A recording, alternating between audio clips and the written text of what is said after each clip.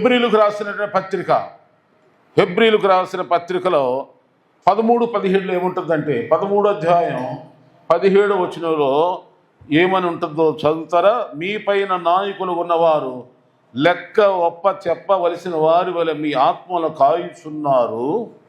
వారు దుఃఖముతో ఆ పని చేసినట్లా మీకు నిష్ప్రయోజనం గనక దుఃఖముతో కాక ఆనందముతో చేయనట్లు వారి మాట విని వారికి లోబడి ఉండుడి. మీకు మనకు దేశంలో ప్రపంచంలో ఏ జనానికైనా ఏ మతంలో అయినా ఏ కులములకైనా ఏ ప్రాంతంలోకైనా ప్రజలకి అన్ని ప్రాంతాల ప్రజలకు ఒక నాయకుడు ఉంటాడు. మీరు పని చేసే చోట కూడా అది ఏ పైనైనా ఆ పని చేసే చోట ఎవరుంటారు? నాయకుడు ఉంటారు. బయట ఊర్లో ఎవరైనా పొలం పనులకి వెళ్ళినా, మట్టి పనికి వెళ్ళినా, టాపీ పనులకి వెళ్ళినా ఆ పన్ను యొక్క నాయకుడు ఉంటాడు. వాళ్ళని ఏమంటారు చెప్పండి? మా మేస్త్రి అంటారు, ముఠా మేస్త్రి అంటారు, టాపీ మేస్త్రి అంటారు. అలాగే కంపెనీలో కూడా నాయకుడు, కార్మికులకి నాయకుడు ఉంటాడు. అలాగే సూపర్వైజర్లు ఉంటారు, నాయకుడు. ప్రతి చోట నాయకుడు అని పని దగ్గర ఉంటాడు, వ్యాపారం దగ్గర ఉంటాడు, అన్ని చోట్ల ఉన్నాడు. నాయకుడు లేకుండా ఏదీ నడవదు. నాయకుడు ఎందుకు ఉంటాడని నడిపించడానికి, ఆ పని నడిపించాలంటే నాయకుడు ఉండాలి. ఆ పని చేసే వాళ్ళందరూ గైడ్ చేయాలి. కనుక నాయకుడు లేదంటే అది పని కాదు, అది ఒక పద్ధతే కాదు. అలాగే ఇంటిలో కూడా మీకు నాయకుడు ఉంటాడు. ఇంట్లో ఎవరుంటారు? తెలివి గల భర్త ఉంటాడు, లేదా ఒక్కొక్కసారి భార్య కూడా ఆ బాధ్యత తీసుకోవచ్చు. నాయకత్వం ఉండి నడిపించే వాళ్ళు ఎవరైనా పర్లేదు, స్త్రీ అయినా పర్లేదు, పురుషుడైన నడిపించే సామర్థ్యం ఉన్న ఎవరినైనా నాయకత్వంలో ఉండొచ్చు. ఇళ్లలో కొన్ని చోట్ల భర్త నడిపిస్తే కొంతమంది భార్యలు ఆయనకంటే మంచిగా నడిపిస్తారు ఫ్యామిలీని. Very good. ఎవరైతే నడిపించడమే కావాలి, దేవుని స్తోత్రం. అలాగే మరి సంఘములో కూడా మనకు నాయకులు ఉన్నారు. చర్చికి నాయకుడు ఎవరు? సంఘ నాయకుడు ఎవరు? పాస్టర్ గారు. కనుక ఈ దైవజనుడు మాట మీరేం చేయాలంట చెప్పండి? మీ పైన నాయకులుగా ఉన్నవారు మేమైతే ఎవరికి లెక్క చెప్పాలి? చెప్పండి, ఎవరికి లెక్క చెప్పాలి? దేవునికి మేము చెప్పాలి. ఇప్పుడు మీ పిల్లల్ని సరిగ్గా మీరు నడిపించలేదనుకోండి, రేపు ఆ పిల్లలకి మీరే లెక్క చెప్పాలి. పిల్లలే అడుగుతారు మిమ్మల్ని, నన్ను అప్పుడు ఇలా నడిపించలేదు, ఇలా వచ్చేది. ఆ పిల్లలకే చెప్పాలి. మీరు కంపెనీలో ఎవరైనా మీ కింద పని చేసేవాళ్ళు ఏదైనా తేడాగా మీరు నడిపించారనుకోండి, వాళ్ళు రేపు మిమ్మల్ని అడుగుతారు, వాళ్ళకి మీరు లెక్క చెప్పాలి. లేకపోతే ఇంకా పై అధికారులు ఉంటారు, యజమానులు ఉంటారు, ఓనర్లు ఉంటారు, వాళ్ళకి మీరు లెక్కలు చెప్పాలి. దేశానికి, రాష్ట్రానికి, ప్రభుత్వానికి మనం ఇలా నాయకత్వంగా ఉన్న వాళ్ళందరికీ మనం లెక్క చెప్పాల్సి ఉన్నాం. సరే, ఇక్కడ దేవుని సేవకుల లెక్క వేరు. మేము ఎవరికి లెక్క చెప్పాలంటే మీకోసం ప్రార్థన చేస్తున్నామా లేదా, వాక్యం సరిగ్గా చెప్తున్నామా లేదా, మీకు సరైన విధమైన వాక్యాన్ని అందిస్తున్నామా లేదా, అందించకపోయినా మీరు అడిగినప్పుడు ప్రార్థన చేయకపోయినా మీ దుఃఖాన్ని, కష్టాన్ని అర్థం చేసుకోకుండా మేము అలక్ష్యంగా ప్రవర్తించినా మేము ఎవరికి లెక్క చెప్పాలంటే దేవునికి లెక్క.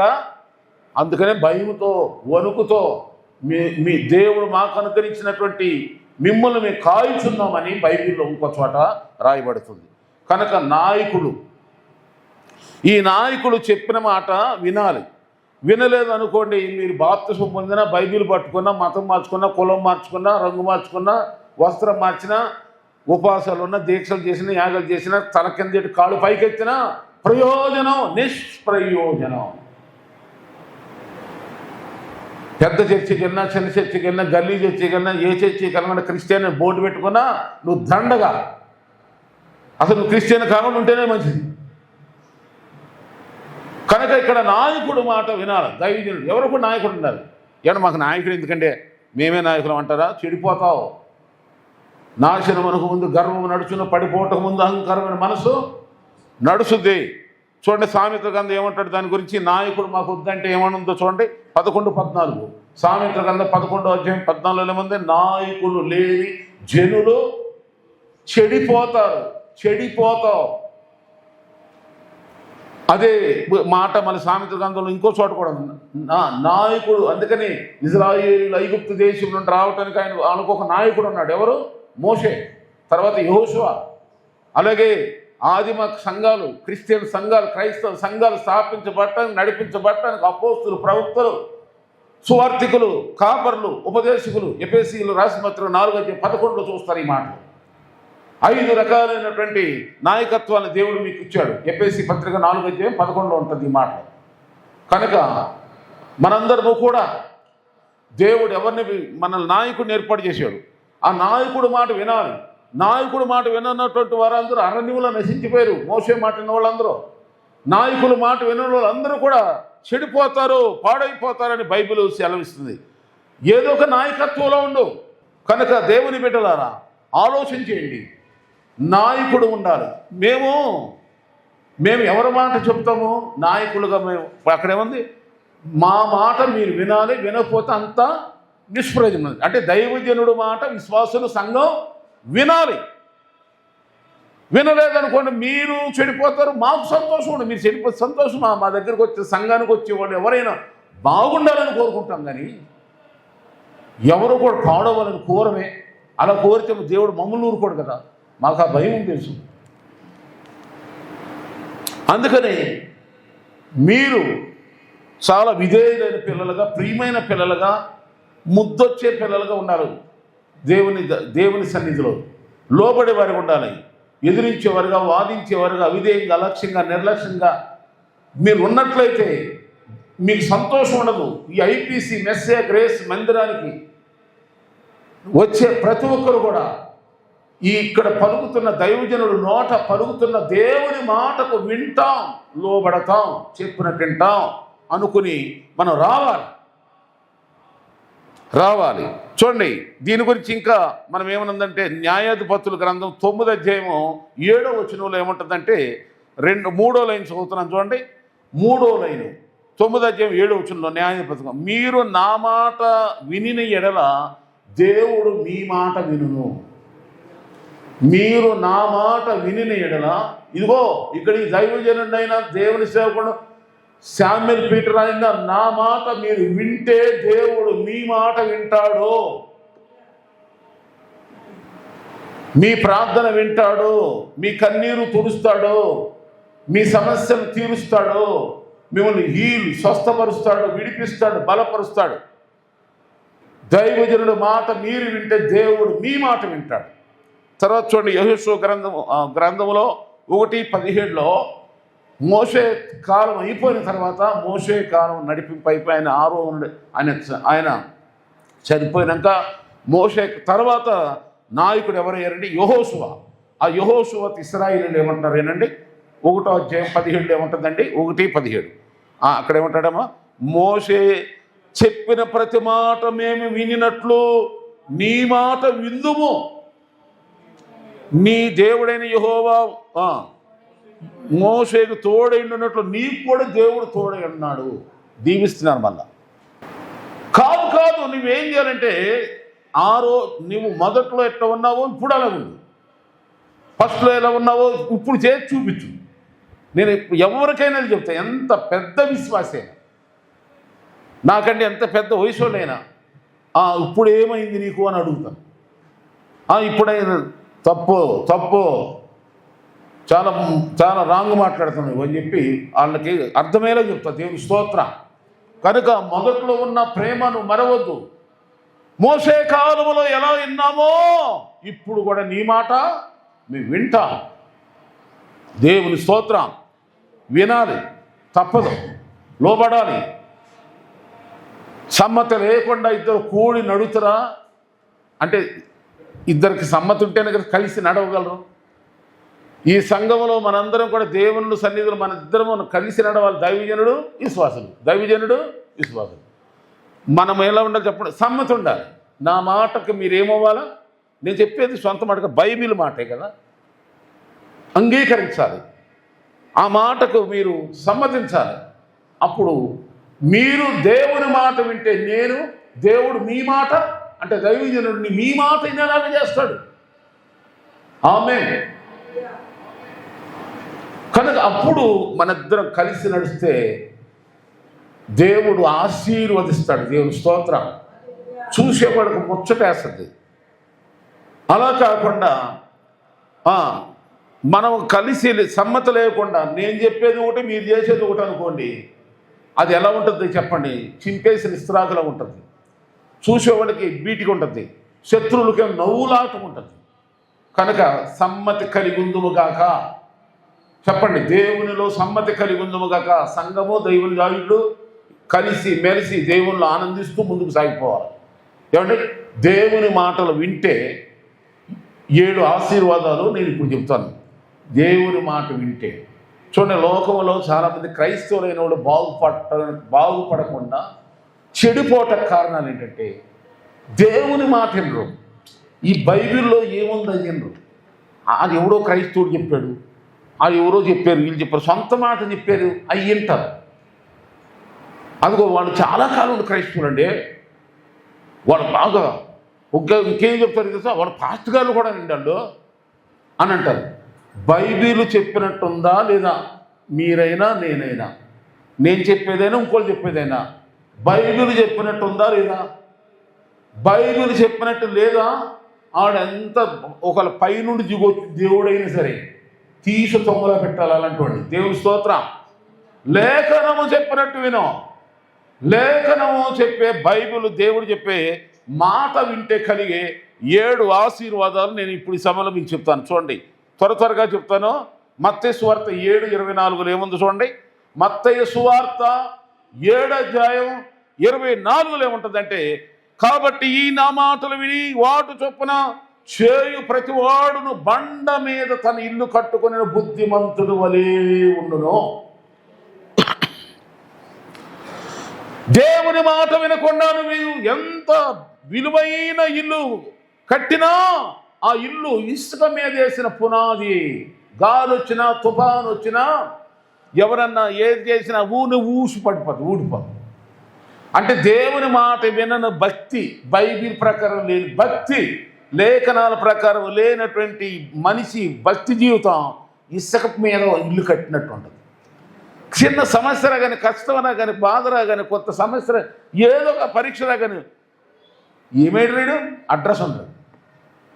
గాలి వస్తే ఇసుక మీద ఉన్నది పని ఎగిరిపోయింది, పోదు, స్మార్ట్ అంత పాడైపోదు. అలాగే నువ్వు స్ట్రాంగ్గా ఉండాలంటే, శక్తిగా ఉండాలంటే, బలంగా ఉండాలంటే ఎన్ని సమస్యలు వచ్చినా, ఎలాంటి కష్టాలు, కరువులు, శోధనలు, ఇరుకులు, ఇబ్బందులు, అపవాది యొక్క తంత్రాలు, మంత్రాలు, బాణమతి ఏవైనా నీ మీద ప్రయోగించినా కదలకొండ సియోను కొండలాగా నీ ఉండాలంటే దేవుని మాట ప్రకారంగా నీ భక్తిని వేసుకో. దైవ చిత్తానుసారంగా, దేవుని ఆత్మానుసారంగా, దేవుని వాక్యమానుసారంగా నీ భక్తి జీవితాన్ని పునాది. హల్లెలూయా. నువ్వు ఎవరిని పాలవద్దు. దేవుడు విశ్వాసముని కర్త. చెప్పండి, విశ్వాసాన్ని కర్త. దానిని మన విశ్వాసాన్ని కొనసాగించే యేసు వైపు, ఆయన వైపు చూడు. హెబ్రీ గ్రంథకర్త అంటే 2వ అధ్యాయంలో ఆయన వైపు చూడు. ఆయన వాక్యం మాట విను. ఎవరి మాట నువ్వు వినవసరా. నీకు జయమే జయము, బలమే బలం. దేవునికి మహిమ కలుగాక. చూడండి, 2వదిగా చూసినట్లయితే దేవుని వాక్య ప్రకారముగా ఆయన మాట వింటే నీకు స్ట్రాంగ్గా ఉంటావు. భక్తి జీవితంలో బలముగా ఉంటావు. అయ్యో, ఈ ప్రార్థన చేయగలనా, ఈ భక్తిలో ఉండగలనా, ఈ విశ్వాస జీవితం కొనసాగించగలనా, ఈ లేఖన ప్రకారం బ్రతకగలనా, భయపడవద్దు. నువ్వు చేస్తావు, నిన్ను బలపరుస్తాడు. నీకు ఆశ్చర్యమయ్యేలాగా నేనైనా ఇంత ప్రార్థన చేశాను, నేనైనా ఇంత భక్తిగా ఉన్నాను, నేనైనా ఇంతమందిని చర్చిగా నడిపించాను, నేనైనా ఇంతమందికి మాదిరి ఉన్నాను, నేనైనా ఇంతమందికి ఆదరణగా ఉన్నాను. నీకు ఆశ్చర్యమయ్యేలాగా దేవుడు నిన్ను బలపరచునుగాక. నీ బంధువులు ఎదుట, నీ బస్తీ వాళ్ళు ఎదుట, నీ యొక్క తోటి వారి ఎదుట, ఇరుగు పొరుగు వారి స్నేహితులు అందరూ ఎదుట నిన్ను దేవుడు బలపరచునుగాక. బలముగా ఉంచుతాడు ఆయన మాటని వింటే. 2వదిగా చూద్దామా? యెషయా గ్రంథంలోకి రండి. 1:19 చూడండి. యెషయా గ్రంథం 1:19 మీరు సమ్మతించి నా మాట విని ఎడల మీరు భూమి యొక్క మంచి పదార్థాలు అనుభవించదు. ఇప్పుడు మీరు చదవండి. నేను ఎందుకు ఆపుతానో తెలుసా? మీరు దాన్ని పూర్తి చేస్తారని. అంటే మీరు చదువుతున్నారా లేదని చెక్కింది. అందుకని మీరు పూర్తి చేయండి దాన్ని. మొత్తం నువ్వే చదువుకొని వింటూ ఉంటాను అనమాకండి. దేవుని స్తోత్రం. హల్లెలూయా. గట్టిగా ఒకసారి దేవునికి మహిమ. మీరు నా మాట విని సమ్మతించి నా మాట వింటే భూమి మీద యొక్క మంచి పదార్థాలు అనుభవిస్తారంట. వాళ్ళు ఏమి చేస్తున్నారో వాళ్ళకి తెలుస్తుందా? నువ్వు దేవుని మాట వింటే నువ్వు పని చేస్తావా? దేవుని మాటకు నువ్వు లోబడితే నువ్వు చెడు పదార్థం జోలికి వెళ్ళవో. నీకు దేవుడు మంచి ఆహారం ఇచ్చాడు, ఫ్రూట్స్ ఇచ్చాడు, మంచి శాకాహారం ఇచ్చాడు, మంచి మాంసాహారం ఇచ్చాడు. నువ్వు ఏదైనా తిను, తృప్తిగా తినమంటున్నాడు దేవుడు. కానీ మంచి పదార్థాలు తినకుండా చెడు పదార్థాలు నాశనం చేసి, నష్టం చేసి, నిన్ను రోగిష్టం చేసి హాస్పిటల్ పాలు, జైలు పాలు చేసి, నీ ఇంటిని, నీ పిల్లల ఎదుట, నీ బంధువుల ఎదుట నీకు విలువను లేకుండా చేసే చెడు పదార్థాలు తిని ఎంతమంది నాశనం అవుతున్నారు. దేవుని మాట వింటే నువ్వు అలా నాశనం కావు.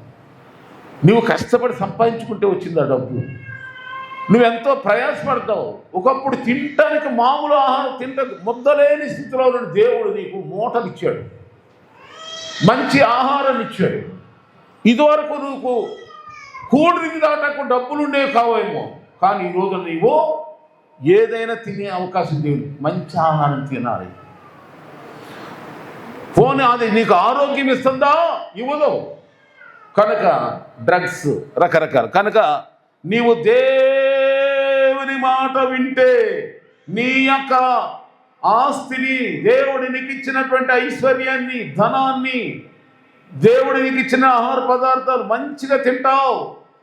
నీవు ఆరోగ్యంగా ఉంటావు, శక్తిగా ఉంటావు, బలంగా ఉంటావు. జబ్బులు రావు నీ ఒంటి మీదకి. నీ రక్తము పలసబడదు, నీ రక్తము దెబ్బతినదు. 90 వచ్చినా, 100 వచ్చినా, 120 సంవత్సరాలు నీ రక్తం పసిపిల్లవాని రక్తం అలాగ ఉంటుంది. దేవుని స్తోత్రం. హల్లెలూయా. దేవుని మాట వింటేనే నువ్వు అలా చేయగలవు. దేవుని మాట వినలేదనుకో, నువ్వేం తింటున్నావు, తాగుతున్నావు నీకే తెలియదు. సైతాన్ని ఆ ప్రేరేపణ, ఈ ప్రేరేపణ కలిగించి తినరాని గడ్డి తినిపించి త్రాగరాని తాగించి నిన్ను పాడు చేసేస్తుంది. జాగ్రత్త. ఇప్పుడైనా సరే దేవుని మాట విను. మూడవదిగా చూస్తే దేవుని మాట వింటే 81వ కీర్తన 13లో ఏముంటుందంటే, 81వ కీర్తన 13వ వచనంలో ఏముంటుందంటే, అయ్యో అయ్యో అయ్యో అనే మాట ఎప్పుడంటాం చెప్పండి? కుయ్యో అని దెబ్బకెళ్తే అప్పుడు అయ్యో అంతేనా? ముందు పడ్డప్పుడు సన్నగా ఏదైనా అనుకోని రీతి సడన్ పరిస్థితులు ఏదైనప్పుడు అయ్యో అయ్యో అనక ముందే ఇక్కడ అంటాడు, నా ప్రజలు నా మాట విని ఎడలా ఇశ్రాయేలు నా మార్గాలు అనుసరించి నీకు ఎంత మేలయ్యా బాబు. మాట మేలు మేలు మేలుకు మాకు మేలు చూపోడేవాడు, మాకు ఎవడు మేలు, నీకు ఎవడు మేలు చేస్తారా? నువ్వు దేవుని మాట వింటే నీకు అదే మేలు.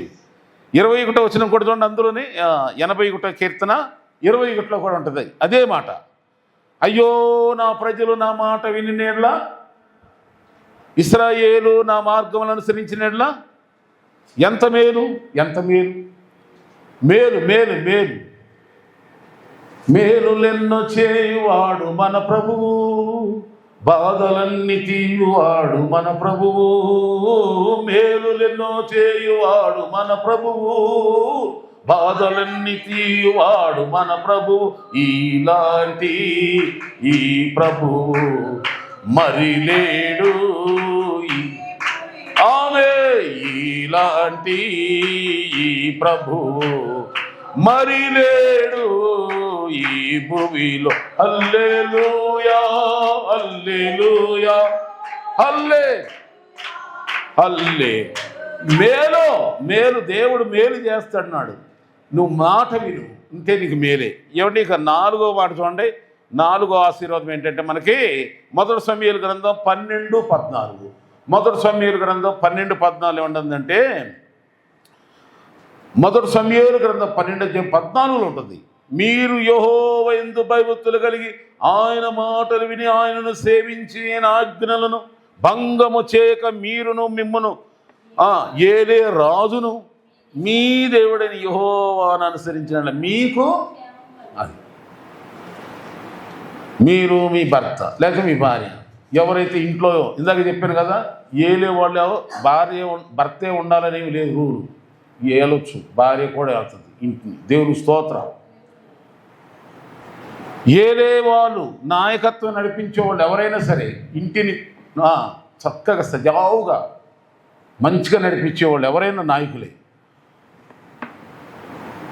మీరు మిమ్మల్ని ఏలుచున్న రాజు అక్కడేమో రాజు కనుక మీరు మీ రాజు ఎవరి మాట దేవుడైన యెహోవా మాటను అనుసరిస్తే మీకు క్షేమము కలుగును మీకు క్షేమం కలుగును మీరు మీ ఇంటి వారు రక్షించబడతారు మీరు మీ ఇంటి వారు ఆశ్రయించబడతారు కనుక దేవుని మాట విందుముగాక చూడండి కొన్ని ఇళ్లలో బోర్డు పెట్టుకుంటారు యేసు క్రీస్తే ఇంటికి కనుక ఈ సమయంలో నేను చెప్పేది ఏంటంటే మీరును మీ రాజు మీరును మీ ఇంటివారు బైబిల్ చెప్తున్నారు నీవును నీ ఇంటివారును రక్షణ నేడే నీ ఇంటికి రక్షణ వచ్చింది ఆయన మాట విను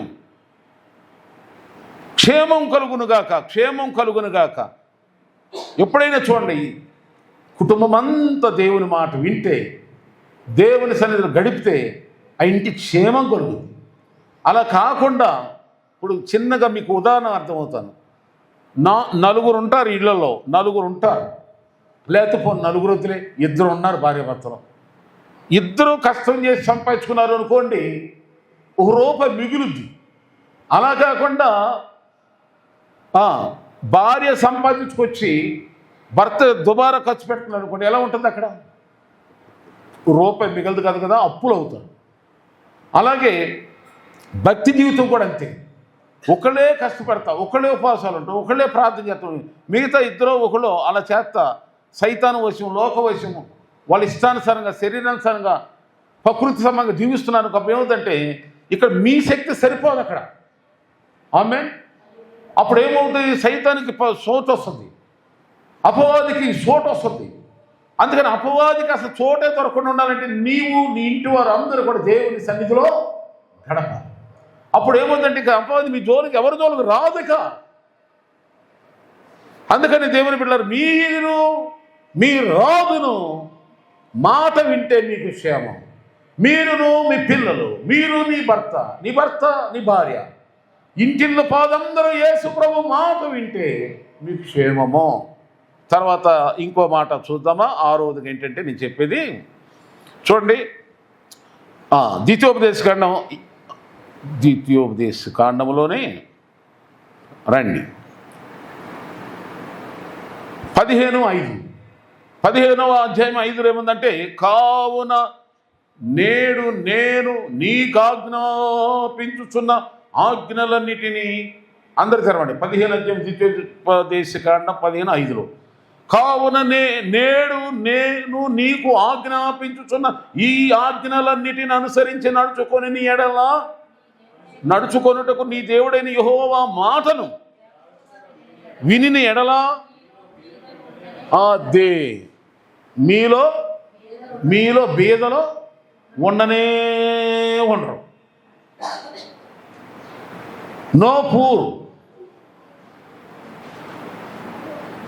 ఏమండి బాగున్నారా అని అంటాం ఎవరినన్నా మనం బాగున్నాం కాదు కొంచెం ఈ మధ్య కొంచెం ఏదో ఎలా ఉందను కొంచెం ఏంటో కొంచెం అదే కొంచెం ఆర్థికంగా కొంచెం డౌన్ అయిపోయింది ఆర్థికంగా పేరు ఇక్కడ బైబిల్ చెప్పే మాటేనండి బీదలు ఉండనే ఉండరు దేవునికి స్తోత్రం దేవుని మాట వింటే దరిద్రం నాశనమవునుగాక మీరు మీ పిల్లలు పేదరికాన్ని నిర్మూలన చేసిన ఏకైక దేవుడు ఈ ప్రపంచంలో యేసు ప్రభువు ఒక్కడే అన్నాడు ఒక్కడే చెప్పాడు ఏమన్నాడు తెలుసా మిమ్మల్ని ధనవంతులు చేయటానికే నేను దరిద్రుడిగా ఎవరన్నా ప్రపంచంలో ఎక్కడైనా దేవతలు దేవుళ్ళు అనబడి ఎవరికన్నా పేరుందే చూడండి ఎంతమంది క్రైస్తవులు మీరు ఊర్లోకి వెళ్ళి చూడాలా ఒకప్పుడు సరైన ఇల్లు లేని వస్త్రం లేని తిండి లేని నాగరికత లేని, చదువు లేనటువంటి ఎంతోమంది పేదవాళ్ళు కులములోను అన్నింటిలోను చిన్నోళ్ళని తోసేయబడినటువంటి వాళ్ళు ఈ రోజున వాళ్ళు నడుస్తుంటే పూర్వం ధనవంతులు అనుకున్న వాళ్ళు, అయ్యో మీ ఇంట్లో మాకేమైనా కొంచెం పని ఉంటే చెప్తారా, ఆ విధంగా ఆశ్రయించబడ్డారు. దానికి కారణం ఏంటో తెలుసా? వాడు దేవుణ్ణి నమ్మారు. దేవుని స్తోత్రాలు. ధనవంతుడు, సృష్టికర్త, శ్రీమంతుడు, సర్వోన్నతుడు, మహోన్నతుడు, పెంట గొప్పల నుండి బీదలను పైకి లేవనెత్తేటువంటి భగవంతుడు ప్రభు అయిన యేసును నమ్మారు కనుక సింహాసనం మీద దేవుని స్తోత్రం. హల్లెలూయా. దేవుని స్తోత్రం. అయ్యా, దేవుని దగ్గర మనం ఏ కులము లేదు, మతం లేదు, ఏమీ లేదు. దేవుని నమ్మితే చాలు, నువ్వు ఆయన మాటకు లోబడితే చాలు. పేదరికము నిర్మూలమగునుగాక, దరిద్రం తొలగించబడునుగాక. డబ్బు గురించి నువ్వు ఆలోచించక్కర్లా, నీకు తెలియకుండా వచ్చేస్తుంది. దేవుని స్తోత్రం. అసలు మనం ఆలోచిస్తే వచ్చేది కూడా పోద్ది. నువ్వు ఆలోచించకుండా ఉండు, నిబ్రంగా ధైర్యంగా ఉండు. నువ్వు చేయవలసిన ప్రార్థన చేయి, నువ్వు చేయవలసిన యాగం చేయి, దేవునికి వలసిన సమయం ఇవ్వు, దైవ క్రమముల పద్ధతిలో నువ్వు ఉండు. నువ్వు అధికారం అయిపోతావు. దానియేలు అలాగే చేశాడు. రాజశాసనాలు అడ్డు వచ్చినా కానీ, ఎన్ని భయాలు వచ్చినా కానీ, ఎలాంటి అపాయాలు వచ్చినా బెదరలేదు ప్రార్థన చేయడానికి. నీవు కూడా దేవుడైన యెహోవా మాటను నువ్వు వింటే నిన్ను దేవుడు సింహాసనముల మీద కూర్చోబెడతాడు. దేవునికి స్తోత్రం. అనేకులు నీకు నమస్కారం చేసేలాగా, ఒక విధంగా నీకు పూజ చేసేలాగా దేవుడిని ఆశ్రయించుతాడు. దేవుని స్తోత్రం. అంత ధనవంతుడిగా, రిచ్గా దేవుని చేయునుగాక. ఎప్పుడు చెప్పండి? కేవలం నా మాట వింటే. అక్కడ ఉంది కదా బైబిల్లో, మాట వినమ్మా. దైవజనుడి ద్వారా దేవుడు నీతో మాట్లాడుతున్నప్పుడు ఇది దేవుని మాట, దైవజనుడి మాట కాదు, దేవుడే నాతో చెప్తున్నాడని చెప్పి నువ్వు లోబడు. అందుకని ముందే చెప్పాను, నాయకుడు మాట అనగా దైవజనుడు మాట మీరు వినపోతే దైవజనుడికి ఏమో సంతోషం ఉండదు, మీకేమో ఆశీర్వాదం ఉండదు. మీరు ఆశ్రయించబడాలి, దైవజనుడు కూడా హ్యాపీగా ఉండాలి, నేను కూడా హ్యాపీగా ఉండాలి. ఆమేన్. కనుక చివరిగా ఇంకో మాట చదువుతాం. నిర్గమాకాండం తెరవండి 15:26లో. నిర్గమాకాండం 15:26 వచ్చిన ఏముంటుందండి? అక్కడ ఏముంది? నీ దేవుడని యెహోవా వాక్కుని శ్రద్ధగా విని ఆయన దృష్టికి అంటే ఆయన దృష్టి అంటే కన్నులకి, ఆయన కన్నులకి న్యాయమైనది చేసి ఆయన ఆజ్ఞలకు విధేయులై ఆయన కట్టడలన్నిటిని అనుసరించి నడిచిన వెరీ గుడ్. ఐగుప్తీయులకు కలుగజేసిన రోగాలలో శపించబడిన ప్రజలకు వచ్చే జబ్బులో ఏది మీ మీదకి అంటే ఐగుప్తీయులు అంటే శపించబడిన వాళ్ళు. ఎవరండి వాళ్ళు? శాపగ్రస్తులు, శపించబడిన వాళ్ళు. కనుక శపించబడిన జబ్బులు, శాపగ్రస్తమైనవి, ఐగుప్తులో ఉన్న రోగాలలో, తెగులులో ఏది మీ మీదకి రానివ్వను. నిన్ను స్వస్థపరచు యెహోవాను నేనే. కనుక దేవుని బిడ్డలారా, ఈ 7 ప్రయోజనాలు మీరు పొందుతారు దేవుని మాట వింటే. మీరు దేవుని మాట అంటే మళ్ళీ మొదట్లో ఏం చదువుకున్నాం? హెబ్రీలకు రాసిన పత్రికలో చదివాం కదా, ఏమనుంది? 13-17 ఏముందంటే, మీ పైన నాయకులు ఉన్నవారు మీ దేవునికి లెక్క చెప్పారు కనుక, అంటే సరైన వాక్యం చెప్పావా అని అడుగుతాడు. చెవు పట్టుకుని దేవుడు నన్ను చెప్పానయ్యా అనాలి నేను. అలా కాకుండా ఏదో ఆచార ప్రకారంగా, అలవాటు ప్రకారంగా ఏదో చెప్పావా అంటే గోయి కొడతాడు. అందుకన్నా భయం ఉన్న సేవకుడికి చెప్తున్నా, ప్రార్థన చేసి దేవుడిని అడిగి 10 ప్రసంగాలు రాసుకుంటా ముందు ఎప్పుడో సడన్గా అంటాడు దేవుడు, అది కాదు ఇది చెప్పు అంటాడు. అప్పుడు వెంటనే ఇక కుస్తీ పట్టు పెట్టేసి మళ్ళీ ఆ మాట ఎక్కడుందా, ఎలా ఉందా అని చెప్పి మళ్ళీ గబగబ రెడీ అయిపోయింది. అదే భయం. దేవుని స్తోత్రం.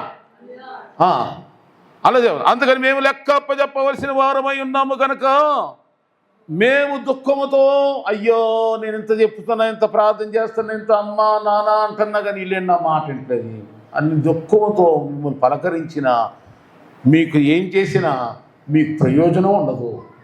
కొంతమంది విశ్వాసాలను కూడా భలే ఏడిపిస్తున్నా పాస్టర్ గారిని, ఓహో ఆహా ఓహో భలే నొక్కిస్తున్నా, భలే పొడుస్తున్నాం, సూదుతాను. మరి గాయాలు రేపేస్తాం అనుకుంటారు. మాకెందుకండి గాయాలు? నవ్వుకుని వదిలేస్తాం దేవుని స్తోత్రం.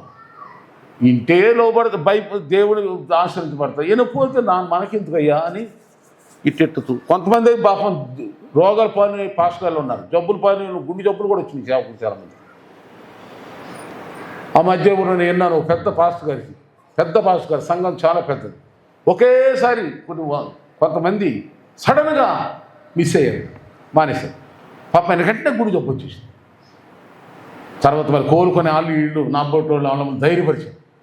విశ్వాసాన్ని కాపాడుకోవాలని లోకమైన గొడ్డుపోయిందా? నువ్వు సరైన దైవజనుడు అయితే పోయిన వాళ్ళ కంటే డబల్ వస్తారు ఏం అని చెప్పి ధైర్యపరిస్తే ఆయన 7 కోట్ల ఖరీదైన మందిరం కట్టాడు గుండె జబ్బు అయినాక. అంటే అర్థం ఏంటి? మనుషులు కాదు నువ్వు చూసేది, నిన్ను ఎన్నుకున్న దేవుడు ఉన్నాడు. అది నాలంటి వాడు చెప్తాము, అలా ఉండమంటాము. పిరికోళ్ళు ఉంటారు, పాస్టర్ గారు కూడా బెదురుతారు. బెదరకూడదు, దేవుని స్తోత్రాలు, బెదరకూడదు. ప్రైజ్లో నేనట బెదరను. కొంతమంది అనుకుంటారు మనం ఇచ్చేది ఇవ్వలేదు, ఆ కొద్దు వస్తుంది, బాధపడతారు. నేను ఒకటి అనుకుంటాను, మానేసేవా నాకు ఆ డబల్ వస్తాయి దేవునికి స్తోత్రం అనుకుంటా, అలాగే వచ్చి పడతాయి దేవుని స్తోత్రం. హల్లెలూయా. కనుక దేవుని బిడ్డలారా, మేము దుఃఖంతో ఆ పని చేయకూడదు. ఎవరికి చూడండి, మేము దుఃఖపడితే ఎవరికి నిష్ప్రయోజనం అంట? మాక అక్కడ ఉంది. వాళ్ళు దుఃఖంతో పని చేస్తే మీకు మేము దుఃఖపడి మీకు నిష్ప్రయోజనం. కనుక వాళ్ళు దుఃఖంతో పని చేయకున్నట్లు వారి మాటకు ఆనందముగా పనిచేయనట్లు మా మాట విని మాకు మీరేం చేయాలి? ముక్కుసూడిగా చెప్తున్నాం, లోబడి ఉండాలి.